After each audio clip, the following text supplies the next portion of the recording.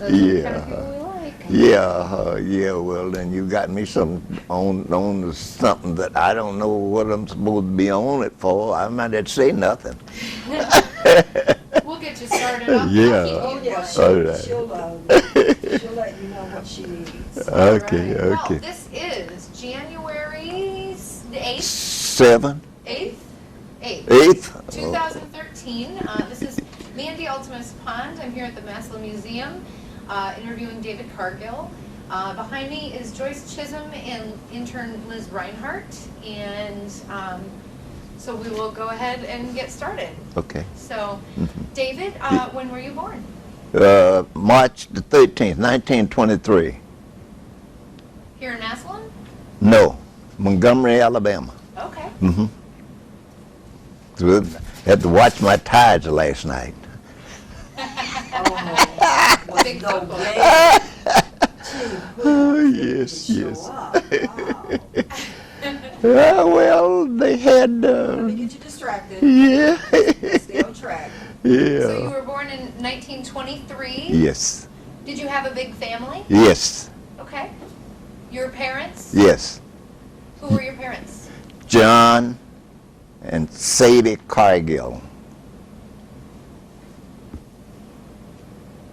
Had they always lived in Alabama? Yes. And how many brothers and sisters?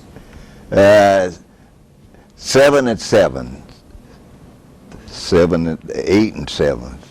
13, that's right. 13 total? Yes. 8 sisters and 7 brothers. Yeah. That's 15. No, 7 and 6 is 13. 6 brothers, that's what I meant to say. Excuse me. Huge. Yeah. Better get me straight before you write something down. You can be edited.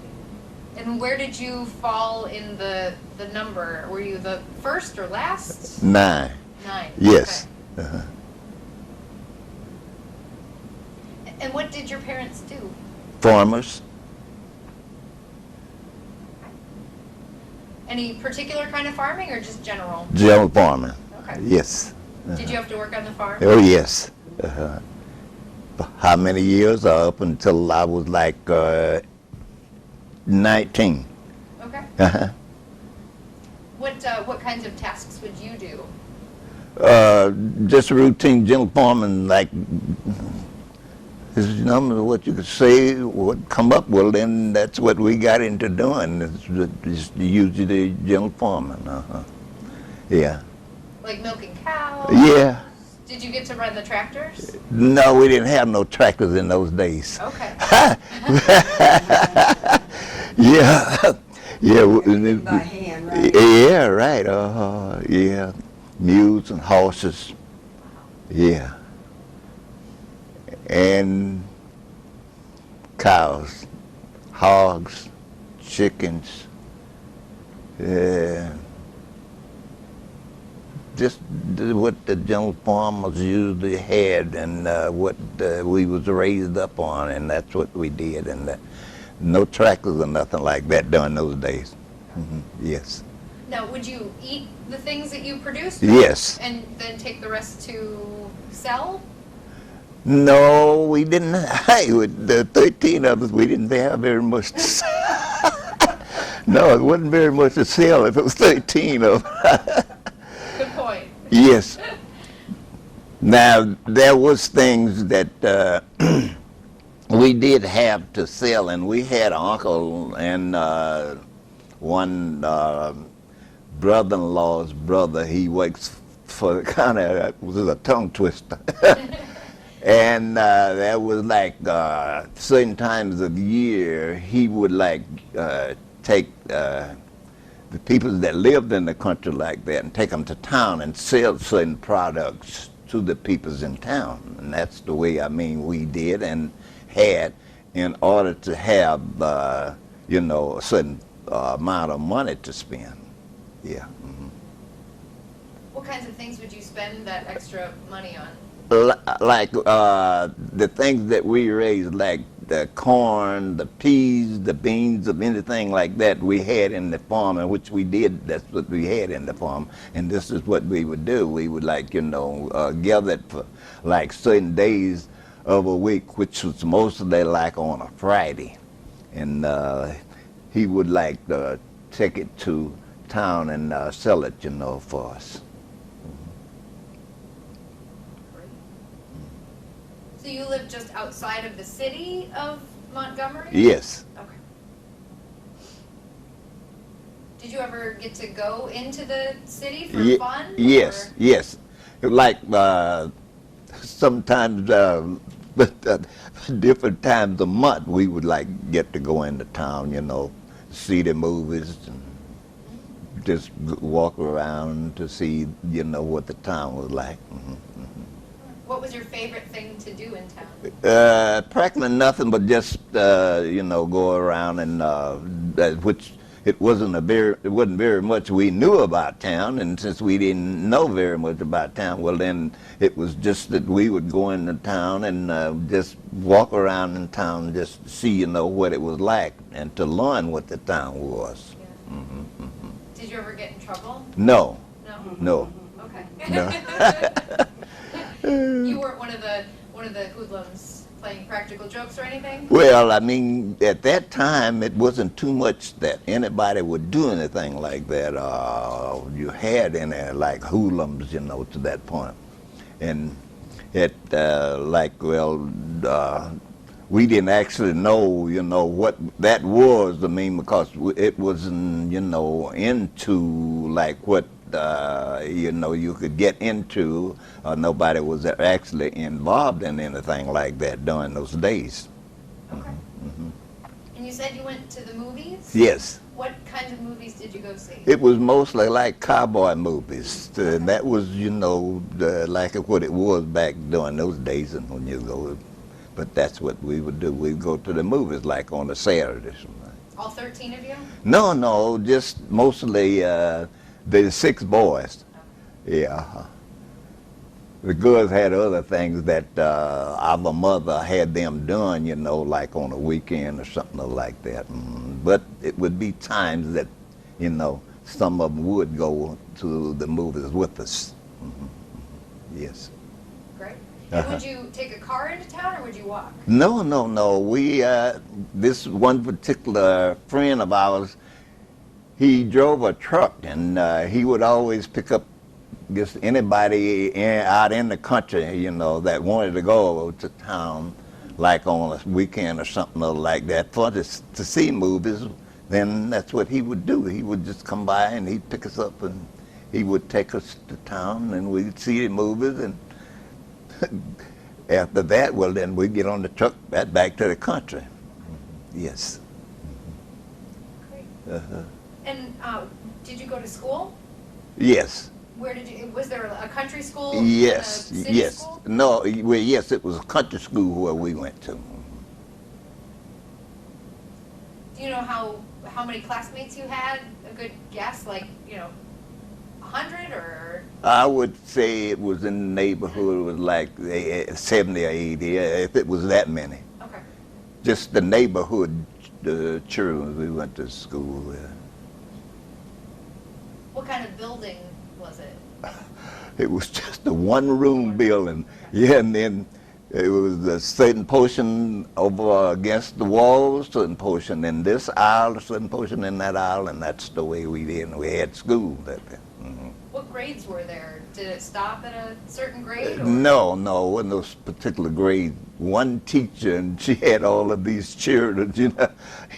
But she did have some of the, you know,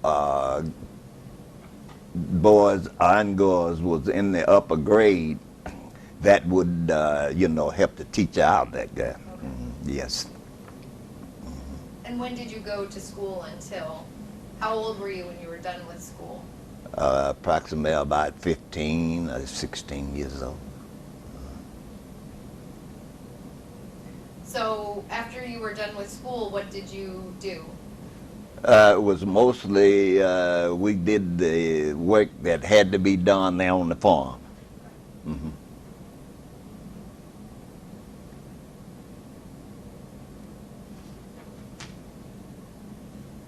Now you said you were done working on the farm when you were about 19. Yes. Why 19?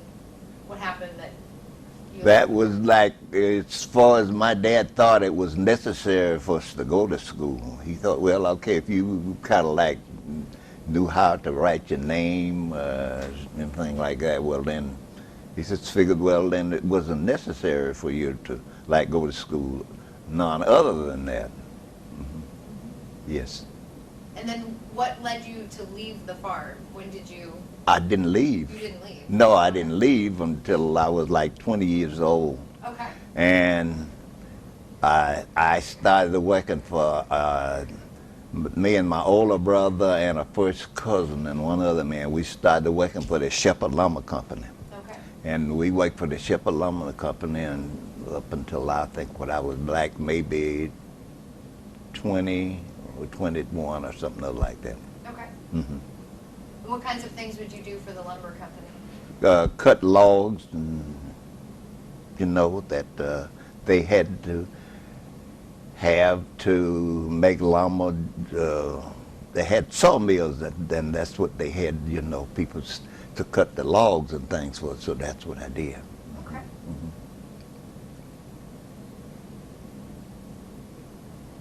And what did you do after the lumber company? I went into the military. Okay. Uh-huh. What do you know? What year you went into the military? Yes, November 9th, 1942. Were you drafted or did you volunteer? Drafted. So you received your draft notice, and what did you do? Did you go to the draft office? Yes. Okay. And what branch did you end up in? The Army. Okay. Yes. Did you get trained here in the U.S.? Yes. Where did you go? I went and was inducted in Fort Benner, Georgia. That's where I was inducted in. That they sent us, and that was the induction there. And after I was inducted in Fort Benner, Georgia, they transferred me from Fort Benner, Georgia to Muskogee, Oklahoma. Mm-hmm. That's where I took my basic training.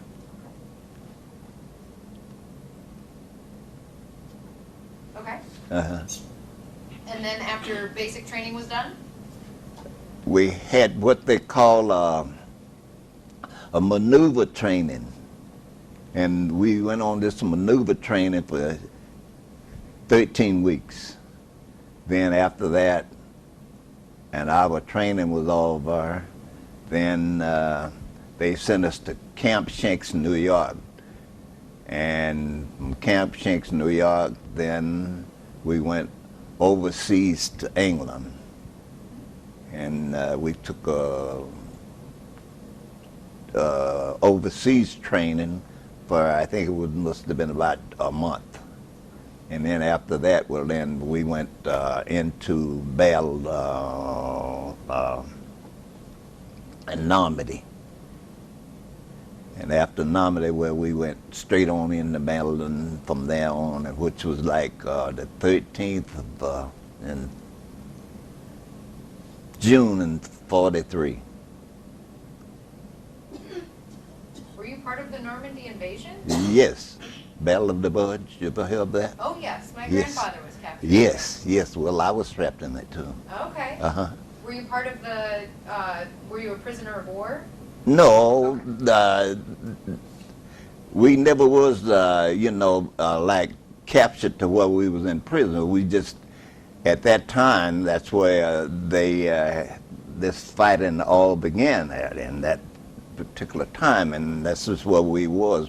We had been into battle before that time, but we just got caught up in it at that time, and that's where we was hemmed up at until we was liberated by the American people. Never was a prisoner. Okay. Uh-huh. Do you know what regiment you were in? Yes, the 3rd Regiment, 969th Field Artillery Group.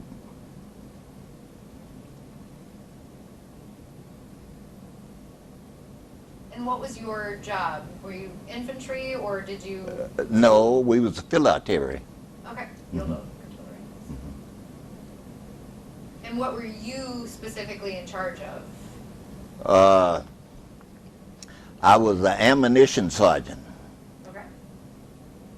And if you want an explanation of what the ammunition sergeant, I distribute ammunition to the guns that we had in our particular section. And I had a group of men, that worked with me. Okay. Uh-huh. So you had to keep them stocked? Yes.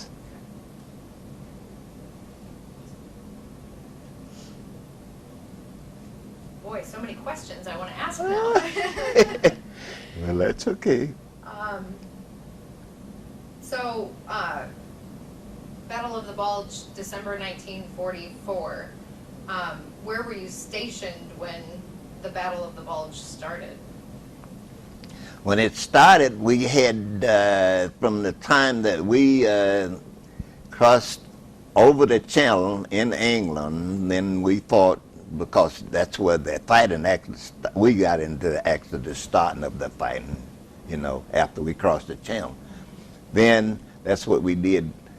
We fought until, we got up to this particular point here, and all during that time before that, they had kind of ceased fighting for a certain portion of time.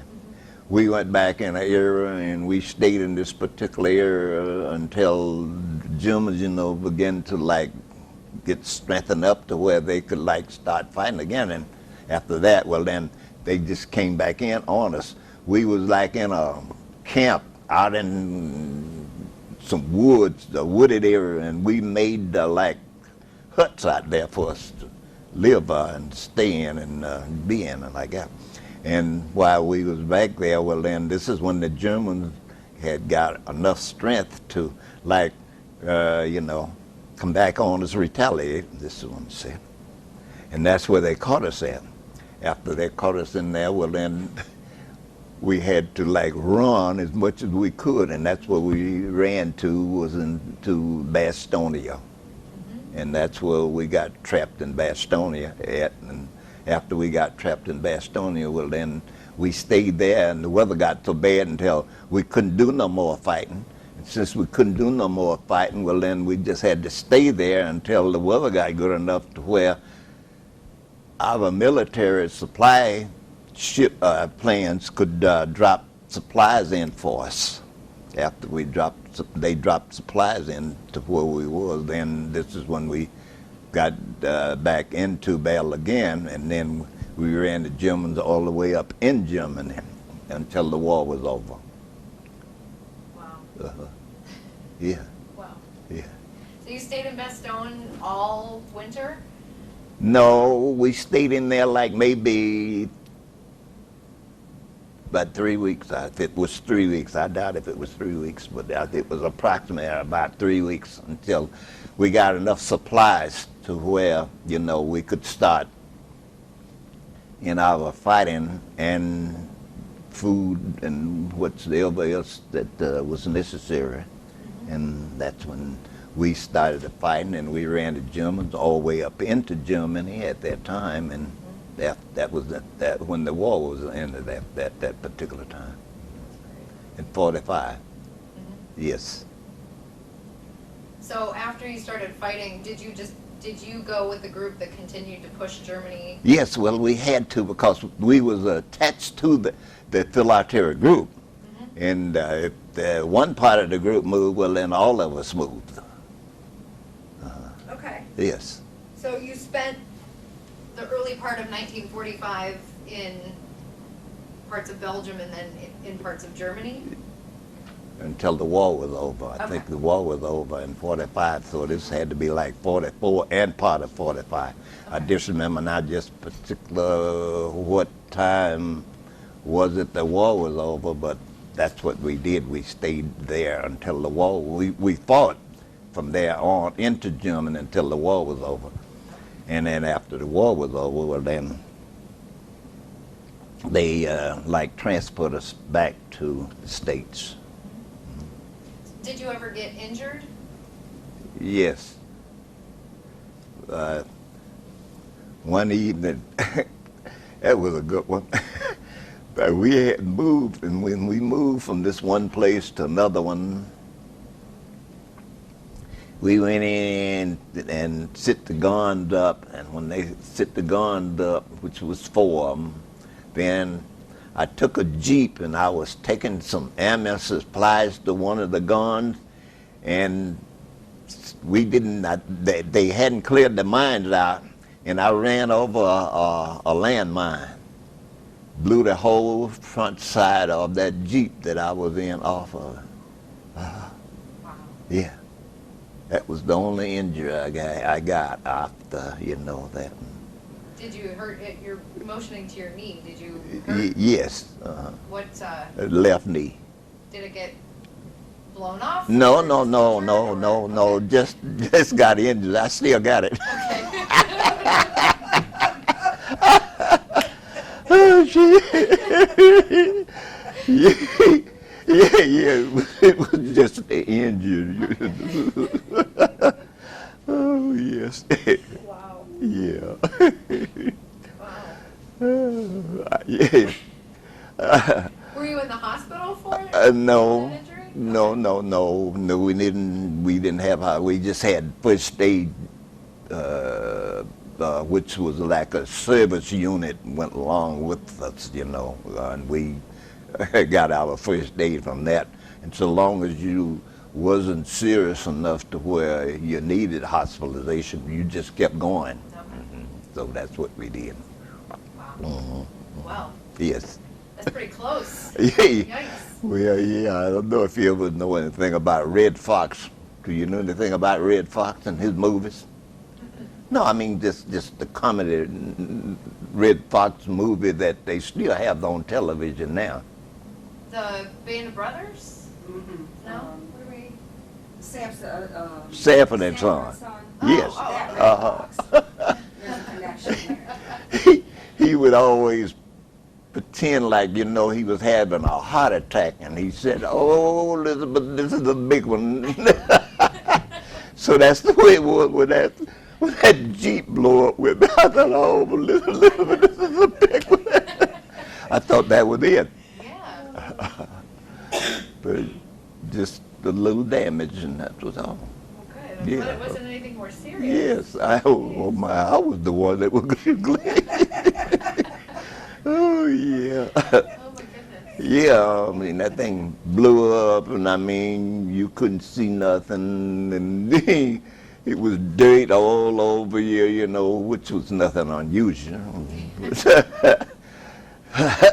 But I got out of that Jeep, and I thought, oh my goodness, this is a big one.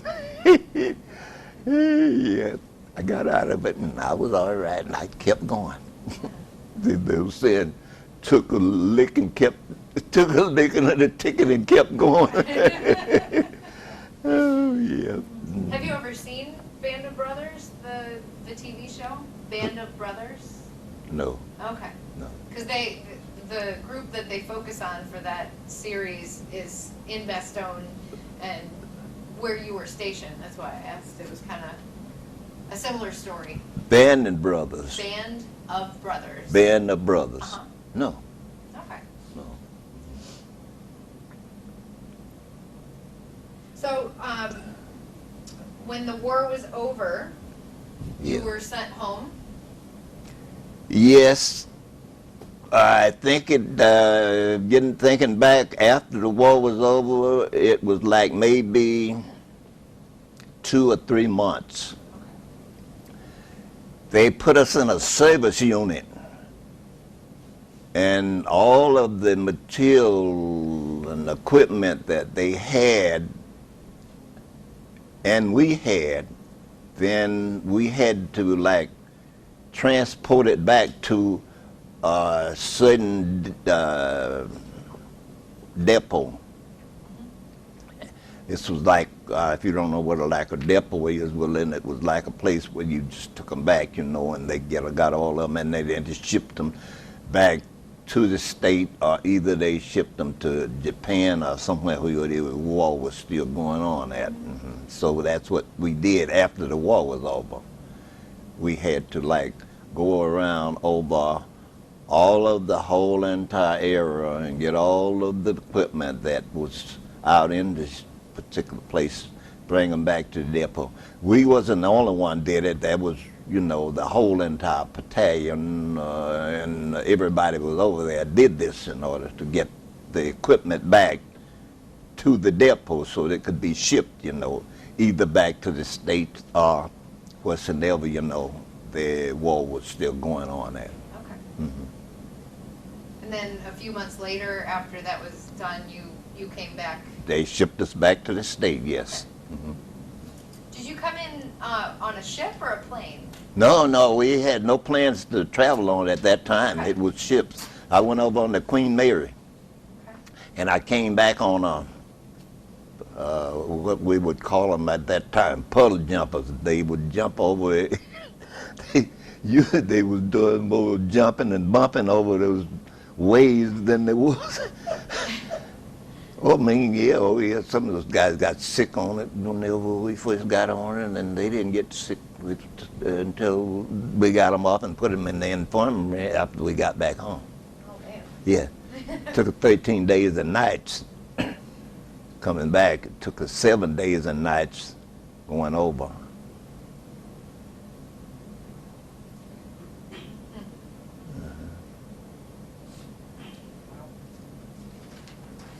So when you got back to the States, what did you do?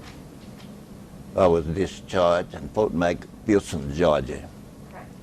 Then I was transferred back from Georgia back to Alabama. And when I was discharged, transferred back to Alabama, well then, this was after they discharged us. Then we was finished with their service. Mm-hmm.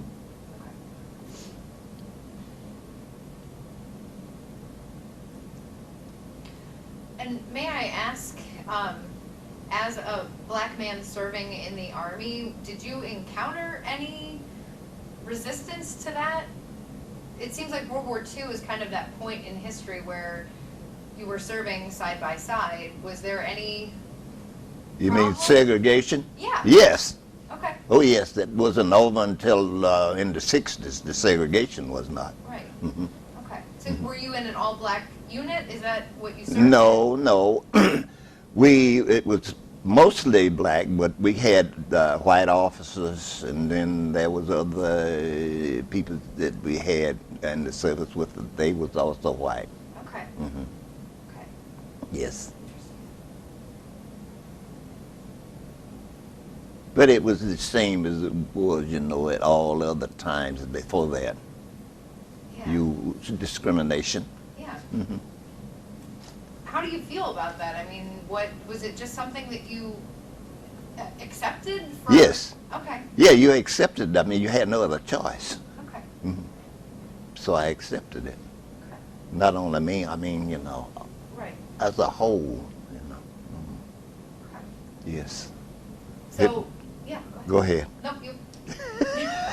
I'm here to listen to you. Yeah, so it wasn't like after the war was over, the segregation was over. No, it was not. It was still the same, you know, Okay. as it was all during your life before the war and whatnot.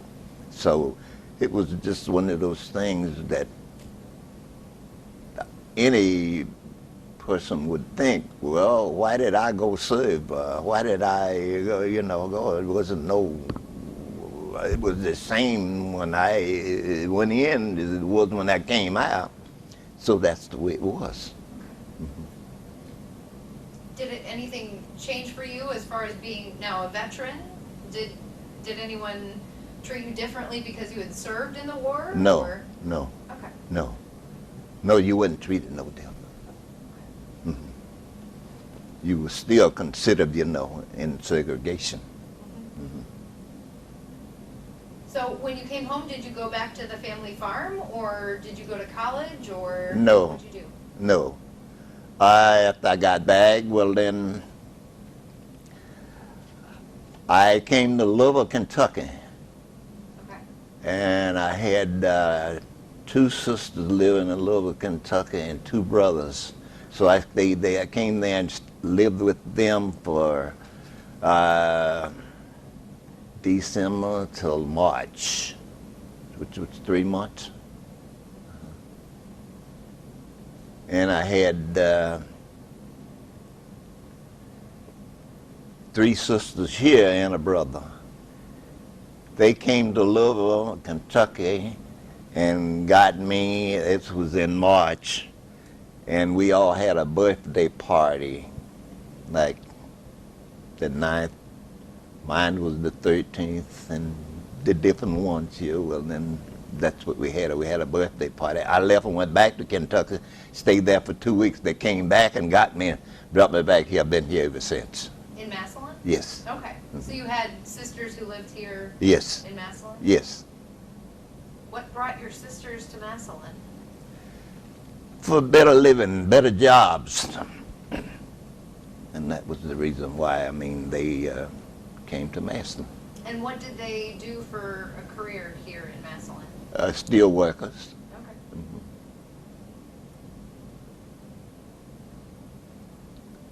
So when you came up to Massillon, what did you do? I worked construction, which the 3 viaducts here in town, I helped build those viaducts. Did you? It was Tremont, Lincoln Way, and Cherry. So you worked for Vogt? Elmer Vogt? Yeah, the construction company that was in charge. So you know who the construction company was that built this I think viaduct? I have a picture of you in the archives. Yeah. That's fantastic. Yeah, I have pictures of that viaduct being built. Now Yeah. I'm going to go see if that's not you in that picture. Yeah, well, I helped build those 3 viaducts. Okay. And after that, I got sick and the weather got so bad until we couldn't continue to work on those viaducts. I got sick and had pneumonia, and I went in, that was in November 47, and I was out of work until March what? Trying to think of the date of March. I was out of work until March, and I applied for a job with Republic Steel. February the 4th instead of March. Okay. Yes, I knew it was somewhere in February or March. February the 4th of 48, and that's when I started working for Republic Steel.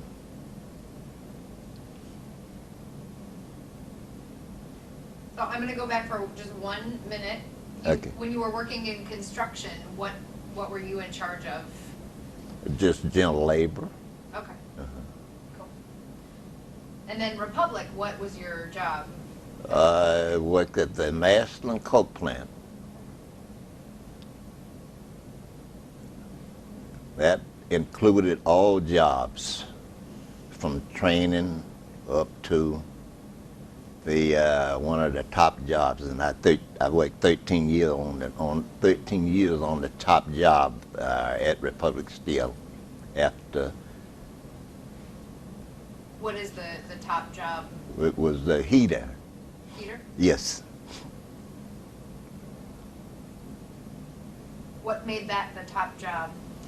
Well, I mean, because in that department, that was the highest job that they had Okay. on the coke oven, except a foreman or somebody like that, which he was the foreman, but he was the foreman, and just for workers, well, then I was just a worker.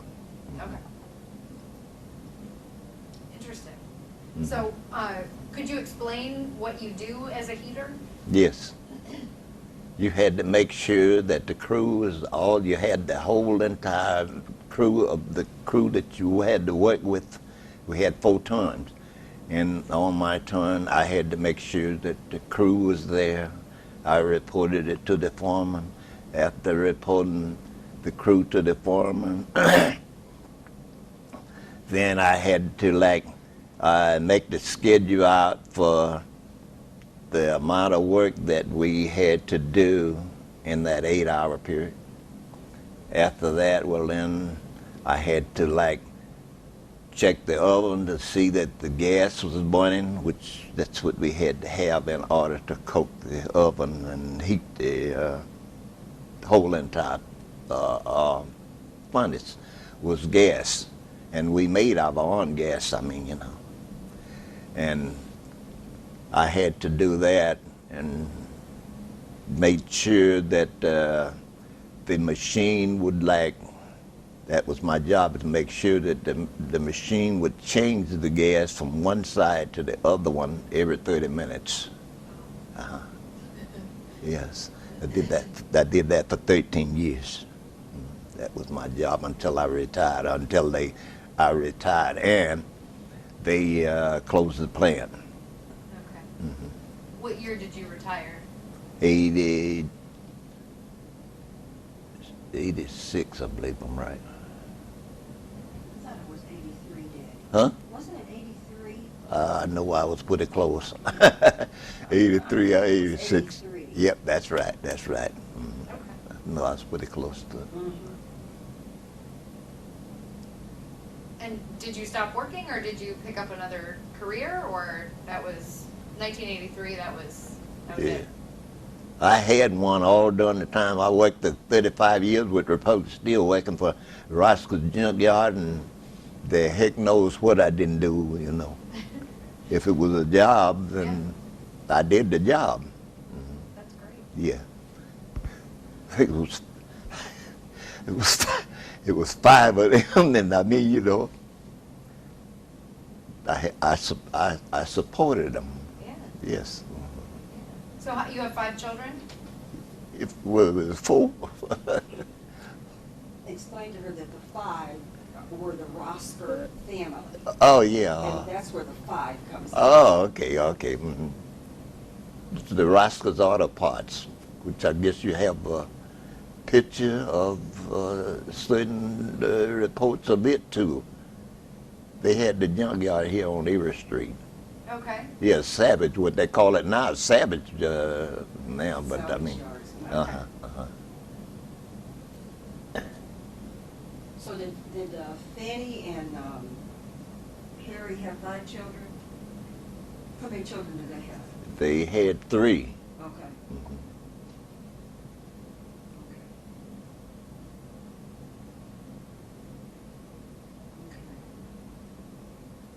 What you thinking of? Well, I'm thinking, you said 5, so were you thinking of? I was thinking about ours, That's not okay. not them. Okay. It was the Merle and You that made 6. well, yeah. I thought it would be 5. It was 4 views and Kumar. Well, yeah, before me, 4 and Kumar was 6. That's right, 6 of us. Okay, right. Mm-hmm. So you couldn't afford to not work. You could not afford to not work. You had to work because you had 6 people to take care of. Oh yes. Yeah. So I'm assuming if you have children, where did you meet your wife? Here in Massillon. Okay. And what was her name? Kumar. Could you spell that? CMI. Bodyfoot Cargill. She was a bodyfoot. And what did she do? Took care of me and the children. Good answer. Yeah. And where did you meet her? Here in Massillon. When they came here for my birthday from Louisville, Kentucky, she was here at that particular time. She was here at the party, or she was just here in Massillon? No, she was here in Massillon. She came here. She had the one sister that was kind of funny now to think about that and tell how that was. She's the only sister of that family was living, and it was 13 of them. It was 13 of us, right? She's the only sister of that family living. I'm the only brother of my family that was living. Wow. Is still living. Right? Oh, yeah. Mhm. I'm just thinking along with you. Yeah. Here That's just absolutely true. Yeah. Uh-huh. So you met her at your birthday party? Uh-huh. Okay, Uh-huh. interesting. Did you go up and talk to her, or did she talk to you first? She came to the birthday party, and that's where I saw him. And when I saw her at the birthday party, well, then I went up and I made myself acquainted with her. Yeah, because I mean, yeah. Don't pay attention to me because we got this thing about, you've heard that expression about a guy who has game. Well, Daddy seems very sweet and all that, but Daddy had game, and he was what Mama was looking for, and vice versa. That just cracks me up being the daughter. It's just a little private moment I had. Yes, yeah, so that's why I met you, man. And what do you do for dates in the 1940s? Where did you go? Just to, like all of the theaters here in town, and like the ball games. Oh my goodness, just routine, things like that. Okay. Did you ever go to like restaurants? Oh yes, oh yeah, naturally. What restaurants did you enjoy? We had the Boston Boston lunch, and then we had the Drew Hart Bar. And Where was that? Huh? Drew Hart? Where was that? Down here on Lincoln Way. Okay. I think it was at 2nd Street in Lincoln Way, yeah, because 3rd Street was down to where you go off of 3rd Street is down, clear all the way down. Yes. To the viaduct. Yes, right, Okay. right. All right, so we got Boston lunch, Drew Hart. Church. We go to the church. And What other restaurants did you frequent? this Smitty's Diner was one of them. Okay. Yes. Yeah. Oh my goodness, what other restaurant was here at that time? Ooh, Sugar Bowl? no, You didn't go? no. Okay. Freaks? Who? Freaks? They had turtle soup. Oh, Friggs. Yes, that's right. It was Friggs. Yeah. Oh my goodness, I forgot about that. Frog legs too, I thought. Yeah, Remember the turtle soup? The for turtle sure. soup's the one I remember. Yes. yeah. Oh my. Yeah, but I would have had to make a list of that to know or remember all of those places back during them times. I was too busy. Yeah. Yeah. Nothing's changed. Huh? Nothing's changed. Which is why we had to try to do this for 2 months. Because someone was busy. Yeah. Schedule. Yeah. I mean, once everybody got to know me, I got to know a whole lot of people here in Massillon, Canton, and the whole entire. I never stopped. It was always, Dave, can you do this? Or Dave, can you do that? It wasn't only just here. Well, then my mother and dad, 2 sisters, was still in Alabama.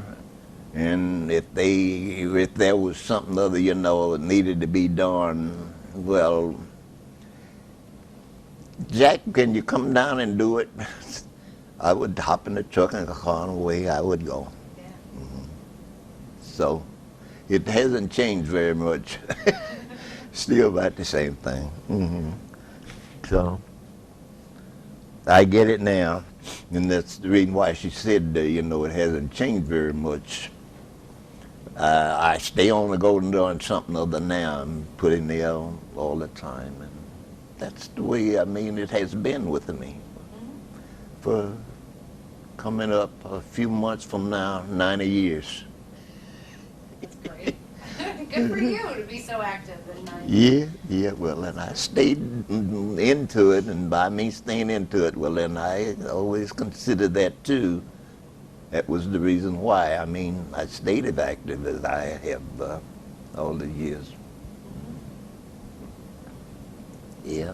So, all right, I've got that you visited the theater, you went to football games, and you went to diners. You said something about church. What church? Friendship Baptist. Okay. And where is that, by the way? Now it's still out on 3rd Street, but it was like on Young Street at one time. At one time it was on Walnut Road. So now it's on 3rd Street. Okay.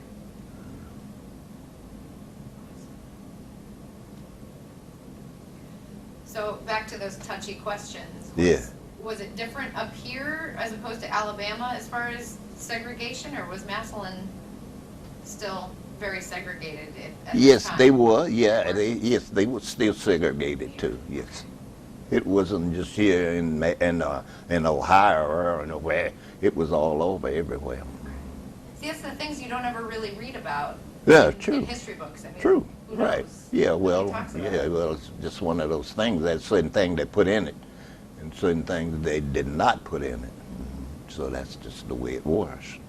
So how were things in the 1960s when they passed the Civil Rights Acts? It was still pretty tough at that time until, everybody began to realize, well, okay, this is something other we got to live with now. And what it was, the whites just began to they got the idea that we got to live with the white and the blacks, and regardless to who it was. And after, everybody began to realize, this is what we got and this is what we're going to have to do. Yeah. And to a certain point, as it is now, we still have a certain portion of that. Mm-hmm. So it's just one thing I think that we will have with us as long as we're here in this world. Were restaurants segregated? I mean, would you To a certain portion, I mean, but it wasn't, like it was back during the times whenever I was growing up as like a teenager. Okay. So it had gotten somewhat less strict, or just not as, let's see. Segregated as what it was back then time. Yeah. No. Yeah, because I mean, there was some restaurants right here. They wouldn't want to serve you. Really? Yes. Weird. Okay. Can you think of any restaurant that, off the top of your head, that would have been one that you wouldn't go to? No, I wouldn't want to go to. Well, how did you say that? That you wouldn't want to go to because you know that they wouldn't serve you. Yes. What? Yes, that was restaurants here that, Can you name a specific one? no, Okay. no. Wasn't sure. Did they have? The ones that you mentioned, I'm sorry, the ones that you mentioned, all of those, Drew Hart's and Freaks, all of those served blacks, right? Twin Bar, they had a restaurant down there. Yes, they would. They all served Yes, blacks? yes. Okay. And I'm trying to think of some of the rest of them, but I mean, Me too, that. and I'm Yeah, not remembering them that that's well right. because we Yeah. didn't frequent those. Once Mama and Daddy got married, Yeah. there wasn't much eating out. We had to go to Isley's for ice cream. Uh-huh. Chop ham, that was good. So we never went to these places No. to eat out. No, I not that just much. didn't Sure have- didn't. So I can't help to remember names of Yeah. I have to ask Diane, that's a. Yeah. Oh, yeah. She would know. Yeah, that does get expensive to eat out, and obviously it's so much more prevalent today Uh-huh. to, go get some fast food. That's right. It's so much easier and cheaper, Mhm. whereas. But Mama was a homemaker, and she planned so far ahead that eating out was unheard of. Yeah. She canned. Yeah. She did homemaking. She was a consummate homemaker. Mhm. Everything from scratch. Yes. And that was everyday life. So Mhm. eating out was unheard of. Mhm. We didn't do fast food until we got old enough to work and Yeah. drive. And then we kids did fast food, but Mom Then- and Daddy, forget that. Yes. Then we had gardens here. I remember all during the time I had a garden on each side of the house. Still have the one on one side of it now. Nice. Oh yes. Yeah, it's such an interesting generational generational change. Yes, Okay, yes, that yes. makes- Very I strange. think about that all the time. Yeah. Because I was born in 47, and I think Yeah. about Uh-huh. what has changed since I was born, Uh-huh. and how I have lived in those eras. Yeah, you know, uh-huh. just Yeah, crazy. yeah. Oh, boy, let's see. Mhm. So many good things. So you had 4 children, Yes, and you lived here in Massillon, yes. and so I assume you sent them to school? Jones, Franklin, Washington High. You went to, Horse Man, and I went Yes. to Whittier. yes, that's right. And then Uh-huh. when they started busing. Yeah, right, right. Uh-huh. Was that a more recent addition, busing? Let's see, I went to Whittier in the 4th grade. Yes. I went to Horseman in the 5th grade, so Uh-huh. in the 4th grade, I should have been, let's say 10, around 10, I think. Uh-huh. That sounds right. Uh-huh. So that would have been 57 timeframe. Uh-huh. And that was the first year that I was bused. Wow, okay. Uh-huh. And you went to, did you, both of you go to Jones, or 3 of you went to? All of us went to Jones. Jones, yeah, that's right. Mhm. Yeah, my name Jones. And so your children's names, we've got Joyce here with us, Uh-huh. who's been providing great information. And what were your other, Myrtle, Myrtle? mhm. Okay. Catherine, K or a C? C, Okay. and Donna.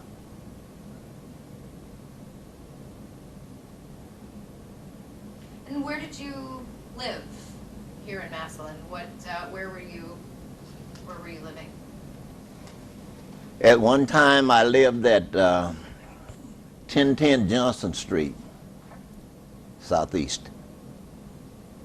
From 1010 Johnson Street, I'm forgetting about 80411. Street. I don't remember the house number, but that's where. Yeah. That's the first recollection I have. 80411 Street, Okay. southeast, right. Okay. From 11th Street to Johnson Street, and from Johnson Street to 1244 3rd Street. Okay. Where I live now. And how long have you been in 1244 3rd Street? It's since June of '56. Okay. So that would have been where you grew up? Correct. Okay.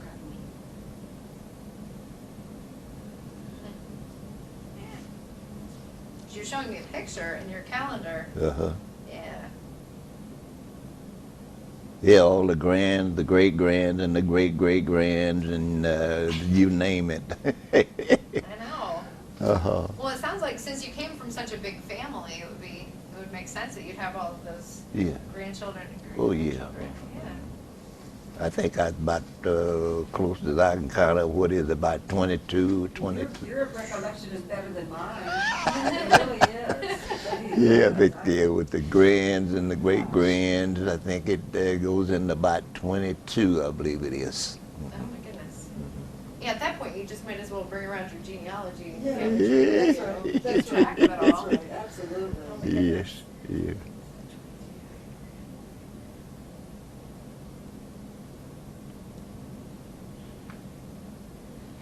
Well, what else would you do once you had children? Would you go and do anything entertaining? Would you go to the movies or? Yes, we always did go to the Lincoln Theater, which is here now. We had the Grand at one time, then we had the Westland.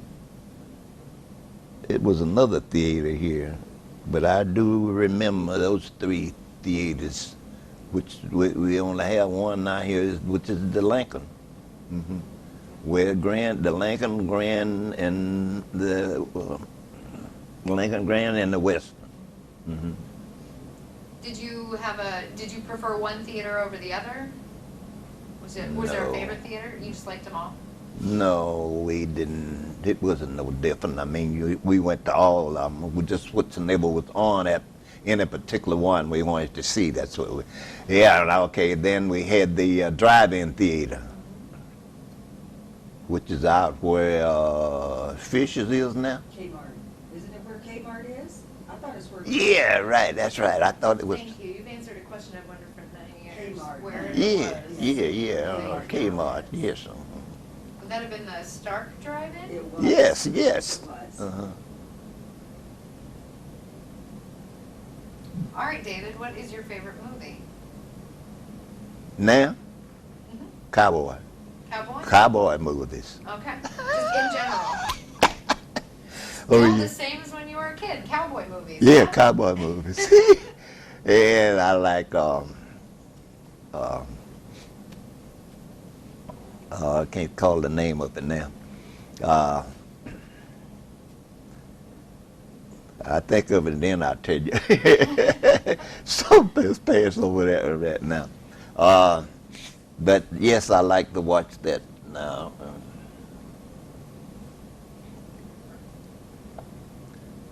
Yeah, okay. Can't think of it right now, but it's like your foreign movies like oh, what's the name of it? It'll come to you. Yeah, but that's what I usually like to watch too. Is, well, they have all the animals and the jungle pictures and Animal things like Kingdom, that. Discovery. Yeah, there's all kind of discovery movies and such like that. I still like to watch those. May I also throw in, how long did you work for the railroad? Pennsylvania Railroad, I worked for the Pennsylvania Railroad. I believe it was something like maybe altogether about 5 years, I believe, if it wasn't longer or less, more or less, I would think. Because after I started working for Republic Steel, then I didn't work with the railroads very much unless I got laid off from Republic Steel. Whenever I would get laid off, well, then I would go to this particular foreman that I worked for on the railroad, and I'd tell him, well, snap him off of work. Well, I told you, you just ought to stayed here with me while you was here. And that's what he would do. He said, okay, going over to Canton, that's where we had to go to sign up to get back started to work, So I'd go over there and I would tell them I was off of work. They would tell me to go down here to MC Junction. That was our headquarters here in Massillon.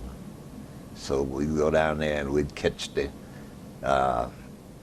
truck and go out to the particular jobs, which is what I worked on most of the time, was what they call the extra gang.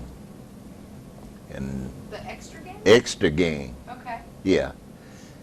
Extra gang was just like if they had a wreck or some particular part of the track that they wanted rebuilt or did some special work on it, well then they would always send these extra gangs to do that kind of work. So we would be gone like maybe sometime for a week or something other like that, somewhere where there was work to be done on some particular area of the track. So if it was like a wreck, then we would like go to whatsoever would be a wreck at, and we would stay there until we got the tracks back in order to where the trains could travel on them. So I think I must have did that, I believe, looked like to me about, it had to be something like about 5 or 6 years, something. Yeah. Would you have chosen that if you hadn't gone to Republic? Would you have stayed with the railroad if that, did you like? As of right now, and knowing like I do now, I would have rather went to Republic Steel than worked on the railroad. It wasn't that you worked out in the weather, which where I worked at was more like out in the weather, but it wasn't nothing like what you would have had to work the way you had to work on the railroad compared to Republic Steel. So that's the reason why I said I would think I would refer Republic Steel to the railroad. I had no regrets with neither one of them, but it was like more you was just at a standard job with the Republic Steel of the 35 years that I worked there with them compared to what it would have been with the railroad, which what I would have been with the railroad would have been just like what it was, the extra gang. I probably would have stayed on the extra gang, as long as I would have been able to work on the extra gang. Was the pay better at Republic Steel or the railroad? Republic Steel. Then they had more benefits. Yeah. So. If I can pause you for 1 minute. All right, this is January 8th, 2013. This is me and the Ultimus Pond here at the Massillon Museum. We are interviewing David Cargill. This is tape 2. With me again is Joyce Chisholm and intern Liz Reinhardt. And so yes, we've decided you've talked an entire tape's worth, so here we are on tape 2. So what Joyce brought up while we were transitioning, we wanted to go back to you and your parents on the farm when you were a child. Yes, okay. And your family did not own the farm. No. Could you explain that? Back during those times, well, I mean, we there was hardly anybody that owned their own farms back during those years. They was like sharecroppers. Okay. And that's just the way it was, and that's how we did. We would like people's in that particular era, not only in that particular era, throughout most of the country and the world and everything like that. They own big farms, and that's what they would do. They would get, a bunch of people that had large families, some that didn't have a large family, and they would, supply them with whatsoever they needed to work these farms for them. You got a certain portion of what you made off of this farm, but most of it went to the plantation peoples that we was living on their plantation and whatnot. Okay. Mm-hmm.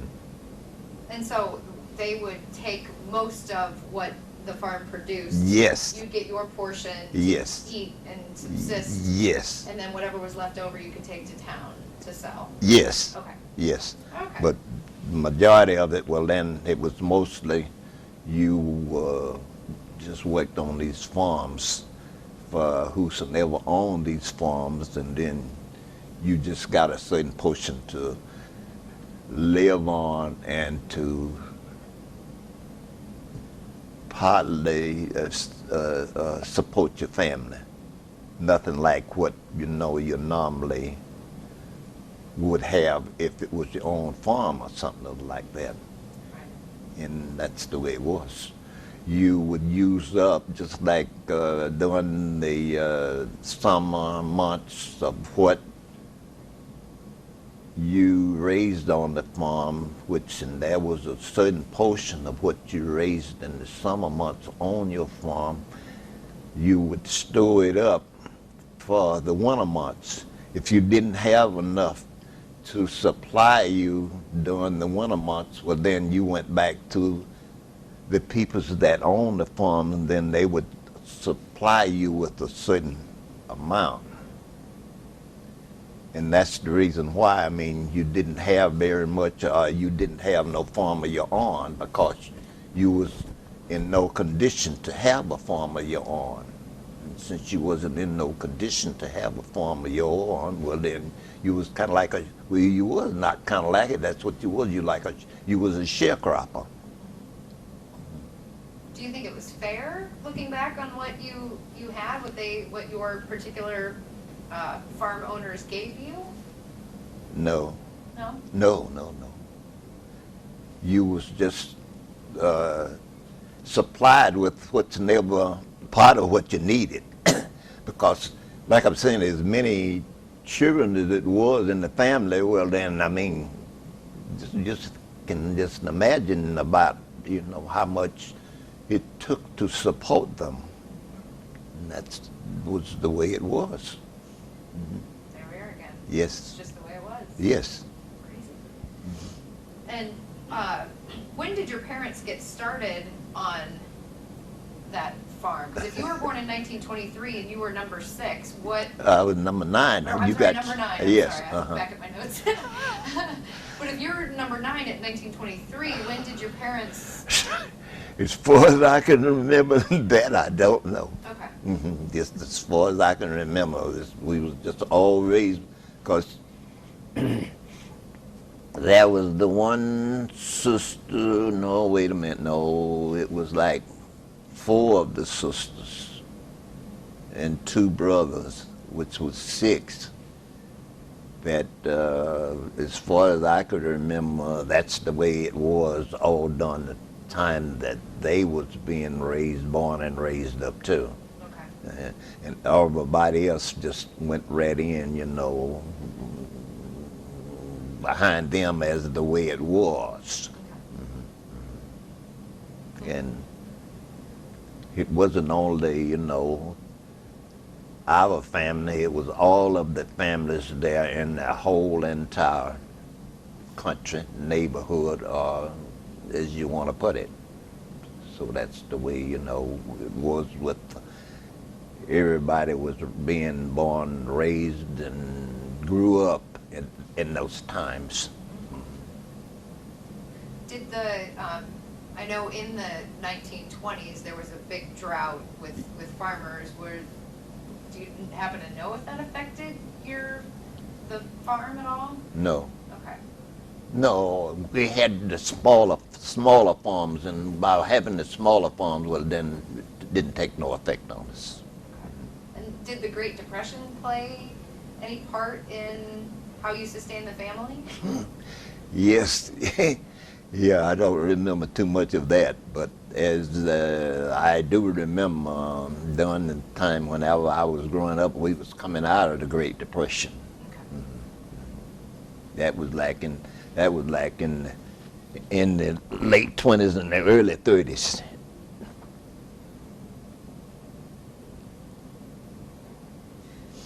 So what did you do for fun as a child? What did I do for fun? Well, just a whole bunch of us young men that lived in the neighborhood, we would like play ball. Okay. If we didn't play ball, this was just like whenever we had time. If we didn't play ball, well, then we would go swimming, we would go fishing, we would go hunting, and that was our livelihood. So. Great. Was there a lake nearby your house? A lake? Mm-hmm. Well, yes. I mean, it wasn't just like what you would say or consider a lake. It was just like a ditch. It was a creek. If the water would, like, you know, wash out in certain areas where it went down through these creeks, and it would wash out a certain area like as large as this, or half as large as this. And those are some of the places that we went fishing in, or we went swimming in.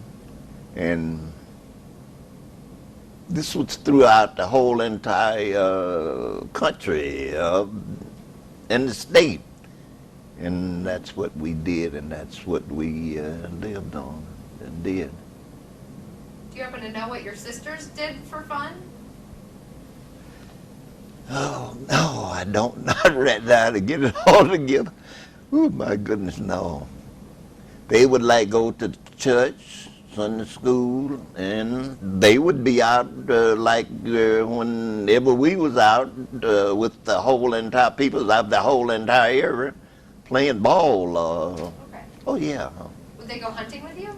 No, they wouldn't go hunting. I don't think I can remember any of them went hunting with us, because it was just being mostly the young boys and things that we grew up with, we would all like gather up and then we would go hunting. And what would you hunt with? I was telling somebody, funny you would ask that. I was telling somebody that in the church back here, part of last year. I told him, I said, what we went hunting with, what we had to hunt with was back in there, we would cut a stick about, this long, a little bit longer, something other like that, and then we had like some nuts that the wheels are on to a wagon. We would put one of them on the end of that stick, and that's what we would get, a rabbit or whatever it was. He hopped up, and we would take that stick and throw it and hit him, kill him. Wow. Yeah, that was the weapons that we had. We didn't have no guns, no other things that we used. The Indians had bow and arrows and whatnot. I've seen a lot of movies. They had all of this. We had sticks. So I was telling somebody about it in the church, and they looked at me and said, "Funny, how could you do it?" Well, you had to survive, and if that rabbit or whatever, he got up out there, if he didn't make some arrangements for him to survive, well, then he was just in bad luck. We would get him. Then we would go fishing. Yeah, we would like go up some of these creeks, what you call that place a while ago, a pond or whatnot, lakes. We would like go up in those places like every evening, and we would start like here, and we would go miles and miles up to the lakes and things, and we would like sit out hooks in those places. We would like go up, and whenever we would go up, we would sit them out. When we come back, we would check them to see if a fish had got on them. And that's what we would do. We'd come back, and yeah, it would be a fish there. He couldn't go nowhere because he would get that hook, and it would hold him there until we got back. And then after we got back here, then we'd go back up. We did that until we thought, well, okay, we don't got time to fish no more because we got to get up tomorrow morning and get right back out in the field and go to work. And by doing that, well, then we would have quite a few fishes by, going up here and go out so far, then come back down, and the fish would be on the hook. How did you did you eat the fish? Oh, yes. Okay. Oh, yes. My goodness. That was our meat. That was our livelihood. Yes. How would you cook them? Well, we would cook them just like you cook them now. We would like take them home, and then you would clean them, and they would like fry them. Okay. Yeah. Not like a campfire on a stick. Oh no. Whenever we would like go, we would like take them back home, and we would clean them, and then we would cook them. Because this was for the family, right? You were doing this for the whole family, not just for whoever went fishing or hunting, right? Yeah, it was for the whole family. Okay. Yes, because like it was with me and my brothers, then we would all go up together like that. We knew what the hooks that we had set out was ours. They knew what hooks that they had set out was theirs, and that's what we, yeah. Wow. Uh-huh. That's really cool. Yeah.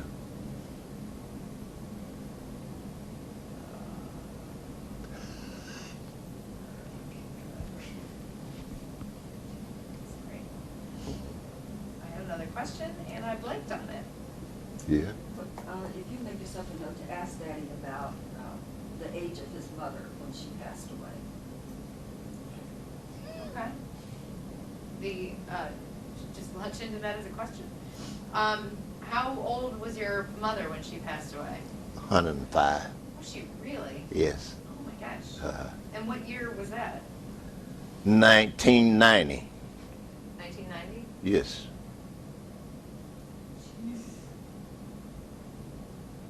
She must have been pretty old when she had you.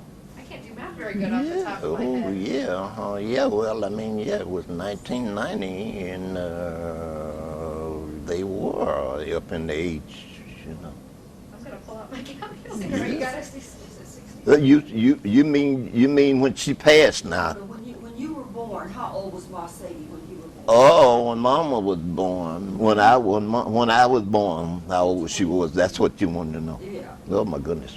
Now I need a calculator because.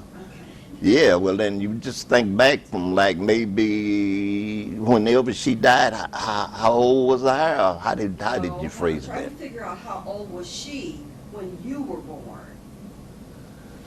Oh, I don't know. Okay, then you subtract from the year that she died. 1885. Yes, there you go. That's when she Yeah, was that's right. born. So, Yeah. right. Yeah, see, you'd have to subtract from the time that she died, She which was 100. 38 when you were born. Yeah, you see?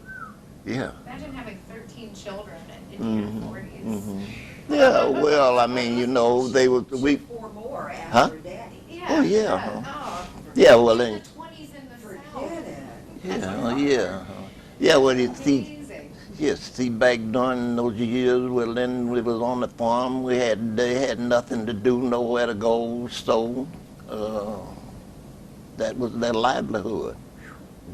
And you needed, and as we all know, you needed people to work the land, so you kept having children. Yes, right. That were your field hands. Mm-hmm. Well, it's not like birth control or any kind of contraception. No. It's exactly Nobody knew. readily available. Yeah. Nobody know nothing about it. I never heard of it until in the And past few women would years. say no. Yeah, right. I So, don't, I had a headache. No, that's too bad. yeah. We need Yeah. that other 40 work, another 40 acres work, you know, get the child in there. Go. Mhm. Make more children. Make more children. Mhm. Oh, that's nuts. That's That is nuts. just nuts. Yes. Mhm. True. Wow. So 1990. That's Yeah, magical. yeah. And that's another story here. I was talking about my dad, him being so close to 90 and as active as he is and how healthy he is. Yeah. And the fact that his mom had a rougher life. Yeah, sure. Much rougher Oh, than yeah. Daddy did. Oh, but yeah. she survived to that time. Oh, yeah. And she had all of her parts when she Yeah. died Mhm. versus her one of my dad's sisters was a double amputee Oh my goodness. from diabetes. Mhm. So, Mhm. you know, so it's like, oh, okay, so how am I gonna fare compared to Daddy? Am I gonna live to be 90? I don't know. Yeah. You better get out in the field and I think start I'm doing doing some exercise. That's what I need to do because that's, he makes me tired. Uh-huh. Yeah. Yeah. Oh my goodness. Mhm. Did your mother ever talk about when she grew up? What kind of condition she grew up in? Did they ever talk to my mother about that? Yeah. Did your mother ever talk about when she was growing up? No, we would talk, but I mean, you know, that wasn't really something that I can't remember that they ever talked about. Okay. Yes, because I mean, it wasn't only, you know, my mother and dad. It was my mother's sisters, which was like maybe, I think as far as I can remember, about 8 or maybe 10 of them. On my dad's side, it was like about the same, about 8 or 10, you know, his brothers and sisters. So the whole entire area of the community, the neighborhood, had children like that during those years. I can like think about during the time of some of those years when I grew up. Well, then there was at that time, I think, who was it, President Hoover, one of those presidents, he had the WPA in effect back during that time.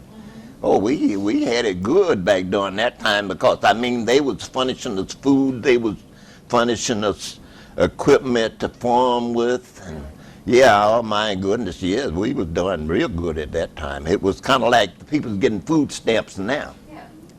That's what they was doing for us during those years, you know, back during the... So they give you equipment and supplies? Yes, Okay. Yes, and they would furnish you know, a certain amount of equipment, food, and stuff like that, more so than what you had before that. Now, did they furnish it to you or the owners of the farm? No, the owner of the farm furnished it to the people that was working on these farms. Through the WPA? Yes, stuff? right. Okay. Then what they would allow to at that time, our parents, which was like our father and whatnot like that, they was allowed to, they was like building up the country, you know, roads and things like that. Then they was allowed to like have them to go out and do this particular work on the roads like that, and they got paid a certain amount for that, which wasn't very much at But that time. did your dad work on the roads? Yes. Wow. Mm-hmm. Through the WPA, Dad worked on roads. Now, was your dad working on the roads that were in your area, or did you Yes. send him somewhere? No, it was just on the roads in the area. Now there was some of the peoples in the area, they had chance to like go in like Florida, Georgia, and the Louisiana and the surrounding states from Montgomery and the area that we lived in. They allowed them to go and work on the railroads and do construction work like what you was just asking there a bit ago about, you know, did we stay right around in our area to work? Then that's the way they did with some of the people. They got jobs to where they could go on the railroads out of town, like I was saying, in Georgia, Florida, and the different states and surrounding like that. Did anybody from your community go and do that? Oh yes, that's what I was just saying. Oh, okay. That would allow them to do that, you know, Right. after things began to progress more, and they started to build in the country more than what it was before. Yes. Did you ever work on any of those projects? No. Okay. No, I wasn't old enough.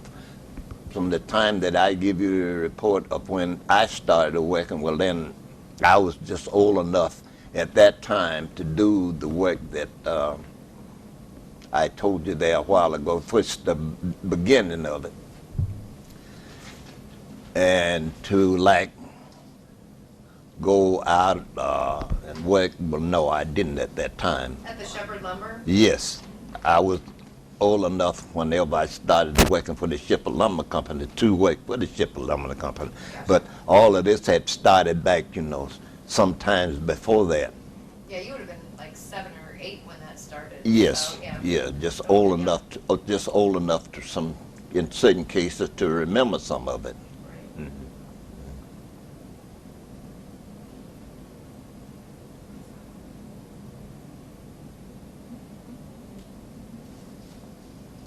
Awesome. That should be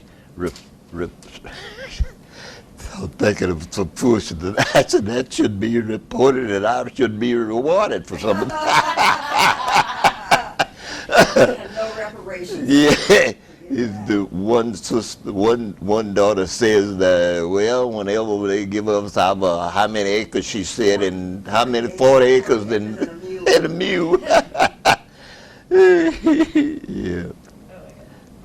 They hasn't been but just a few months and a few years to where they have advertised the name of Cargill. You see the name of Cargill on television? I think so. It's commercial. They're seriously into animal feed. Yes, and I mean, it's a big thing. It's a really big company. Oh yes, it's a big thing, but I mean, here in just in the past few years, you've only been able to see the name of Cargill I need to look that up. advertised on television. They does it in Minnesota on the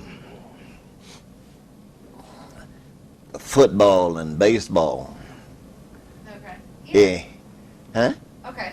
You've seen that for sure. I'm pretty sure, yeah. Yes, now you see it here on Massillon television where they advertise, in which they just started that a few months ago. And when you see trains, you don't see a lot of trains go by, but on the 3rd Street Yeah. connection, the tracks, when you see trains go by, oftentimes you'll see the Cargill company. Yes, yes. And, they have something liquid too. Oh, yes. Oh, Right. yeah. Yeah, they have a factory in Nashville. Nashville? Yes. Okay. Now, is this your family, or is it? No. That was Probably origin, slave owner origin. Okay. Yes. Probably. Okay. Railroad. Adopted the name, Yes. okay. Railroad, coal, flour, sugar, and steel mills have the Cargill name on them now. Where, So that's the reason why I said I should be rewarded for. Yeah. Yeah, I'm sitting up here talking to you guys, and I should be like a big millionaire. If I could make it happen, I would. Yeah, well, that's what you put all that down there. You got to send this off and tell him this man got a certain portion of dividends and all of this. You can clearly see this man deserves $1 million. Oh my goodness, yes, I deserve all. Because I grew up in the suburbs. The very fact that you grew up on a farm. that Yeah, alone would yes. Yes. All of that, make this all public, and this man deserve his 40 mules and.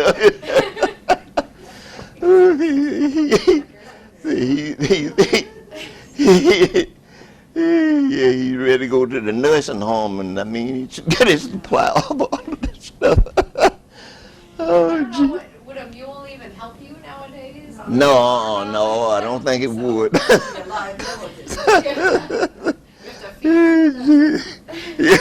Yeah, about the only thing I can think of now that he would be a help for me is like I get him to be going up and down the streets here. Got some kind of advertising on it. Oh, shit.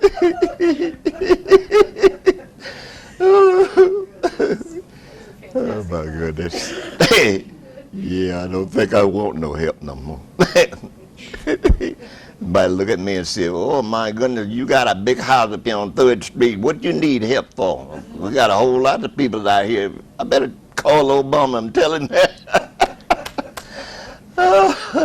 Now, Joyce was saying something about when you worked at Republic Steel, there were a lot of gentlemen that got sick. Yes, And it's kind of yes. this new idea of Yes. the mesothelioma. Mesothelioma, yes. And what does it mean specifically? It was in the environment of these places where you worked at. They didn't have, well, actually, the company didn't give the employees no protection at that time Okay. until the government see that you should give these people, just like the coal miners had, black lungs and all of that. You've heard about the coal miners had all of that. They didn't give you no protection there. After years, and they see how many people was being dying and being affected by this. Well, then that's when the Republic Steel started furnishing us certain equipment to work with, and they fixed up the areas that we was working in to where, we had more protection for our health. Is that like a face mask? Or? Yes, Okay. yes. So it was the coke, what was it off of was it the actual coke itself that It you were was- breathing in, or what was it that you were It breathing in? it was as a whole for everything. Even like after they began to get more into that, well, then everybody found out. Even just like the brake shoes and things that you used on a car, it had a certain amount of asbestos that this equipment was made out of that we was breathing every day. And after they realized that this was like causing a whole lot of people to be sick and was dying and had cancer and everything from this, then that's when they started to making it more to where you would be more protected from breathing this. Even cigarettes, I mean, they tried to avoid, people's from, and they still does, try to avoid people from smoking cigarettes, which is on the pack. They even put a warning on there. It's dangerous to your health. It's left up to you whether you want to continue to smoke it or not.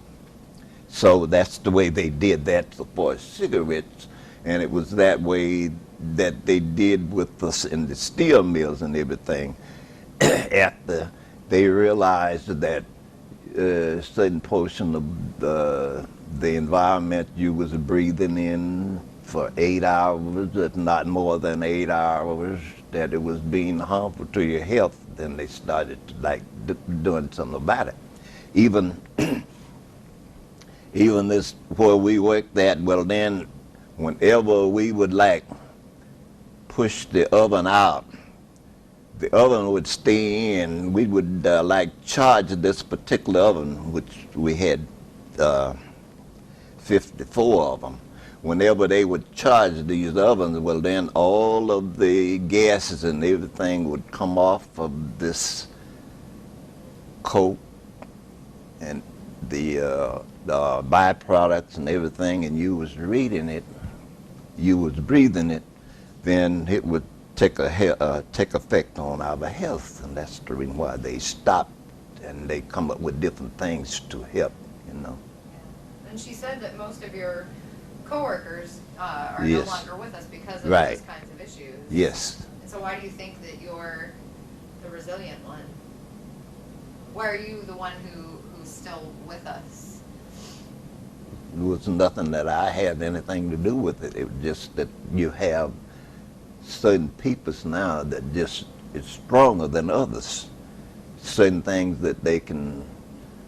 Now it do have the only thing I can say that you might have a different in it. It was you didn't smoke or you didn't eat the things that some other people eat. That's a thing right now. And same as they live with me right now. Well then, I have always given myself credit for not eating the things that, just anything. Fast food, I won't hardly go to a fast food place now and eat nothing. Not very much. If I do, it's a small portion. But that is some of the things that, you have or you do that in some of these things you can prevent some of these things by doing some of the things that you know that isn't good for you. And that's some of the things that I did. I just thought, well, okay, I don't have to have the cigarettes. And since I don't have to have the cigarettes, I didn't see what they was doing me any good. And since I didn't see what they was doing me any good, just to be smuffing and drawing it in my system and out like that, and since I didn't see what was doing me any good, I just never did care for cigarettes. But I did smoke a little bit. Well, I always thought I was a little bit. A pack of cigarettes would last me sometime like maybe a week and a half. Was it because of the service that you started smoking when you were in the military? Yes. Was that when you started smoking? Well, I never did actually start smoking. I never did smoke none of them. Nothing. They used to put like 3 cigarettes in a little old pack and in your K ration. I figured, well, all right, then by me having those little cigarettes in there, it wasn't necessary to throw them away. I would just smoke the darn thing, and I started smoking them, and that's how I managed to get into smoking as much as what I smoked. Like I said, it wasn't very much. And that's what I would do. I'd get me a cigarette, and I thought I was, doing something other real big, just smoking that cigarette. Is that where his game comes from? What? So suave. What? Is that where your game comes from? You're so There. suave. You're smoking your cigarettes. Yeah, oh yeah, Is yeah. your knee bothering you? Are your knees bothering you? Now? Oh, no, they Okay. don't. Why? Because I was. Well, you're fidgeting. No, I just moves around out like that. I do that all the time. Even if I'm just sitting around home like that, I do that and move You around. were getting all stiffened up over there. Huh? I was just making sure you were not getting all stiffened up. Oh, no, I'm all right. All right. But yeah, because. Maybe I wanted to throw in that I think my thinking too is that with growing two gardens, there was sometimes Daddy had to put something on the crops, but for the most part, everything was organic. Yeah. When he was growing up or when you were growing up? When I was growing up. Yeah. And so Mama was using the products of the gardens, and when she would buy meat, she would buy the best meat that she could possibly get, even though there were cheaper cuts of meat available. She would buy the better cuts of meat. Oh, yeah. And we had a local grocer that I can remember very well, up on 13th Street. Two. And we would go, Mama would send us up there to buy his meat. He would go back into the meat locker, bring the meat out, chop it off, and if it was ground beef or whatever, it was top quality, excellent quality. And Yes. he would cut, do whatever, she gives whatever, give us whatever Mama had asked for. And I do, so there was no additives, what I'm getting at, there were no additives, there were No. no hormones, there was No. none of that kind of stuff. And with Daddy growing up the way he did, same thing. Even though they didn't have a lot, what they did have was pretty organic. Yes. And was not genetically engineered or anything like that. No. So my point is that I think that Daddy's upbringing had a lot to do with him being where he is now, but he worked very, very hard. He really couldn't sit still long enough for stuff to settle in his body and cause him problems. He has a little bit of heart trouble, had some work done on his knees, but pretty much. Yeah, but his Jeep exploded, so I think we can Well, allow him a little bit of wow. slack. But aside from that, he's not had health problems to really speak of. Yeah. And I think the fact that he's worked so hard, he has worked out all of these things. He has not had a sedentary lifestyle at all. Which is so important. It Yeah, is. that's That's huge. huge. And I think that's part of the reason that Daddy has survived as long as he had. And Yeah. I think his contemporaries may not have fared so well. Right. But Daddy's been cancer-free, thank God. And Yeah. So, but he's, and even people younger than Daddy didn't survive because of the mesothelioma and other dietary issues perhaps, or Yeah. way too much. Because Daddy's never been a person, he's never been heavy. He puts on a few pounds in the wintertime, but once we got off, you're still doing the ice cream? Yeah. Okay, yeah. well, see, that's a problem, 3.5% body fat. But come springtime, when he can get out there in his garden, it's all over, it goes. Yeah. It goes away. And men don't, they get rid of the weight anyway. I have to. Makes me sick, I just wanna get rid of 10 pounds. They just breathe and it They falls do. off. It's very aggravating. Okay, I didn't want to take up tape, but I just. No, wanted to that's throw that in wonderful. because I think that just continues to marvel. I'm marveled by that Daddy is as healthy as he is. He's healthier than I am. Yeah. Yeah, well, I mean, I've always, I would always eat good, and I would always rest good. I go to the house right now, and I can turn the television on, get me a plate of food and start eating. I might eat a certain portion of that food, and then I get tired of it, and I sit it down, cover it up, go to sleep. I get up, oh my goodness, I didn't even finish eating my food. Well, that's the problem. That's probably what's going to happen when we leave here. Yeah. I'll find something to do whenever I leave. Yeah, but Life is good. yeah. Well, David, is there anything that we missed or that you wanted to say or leave us with? No, I think about it and said enough and too much too. Yeah, no, not that I can think of. It's something I can think of later, but I mean, no, as of now, I think it's okay. That's good. Well, thank you so much for being with us. Yes, no problem. And I'm going to swing the camera over and get Joyce so that we know what you look like. Yeah. See, you didn't tell me about that. That wasn't part of our deal. Well, we have to document that you were here. Yeah. In fact, I'll even get Liz. Yeah. Okay.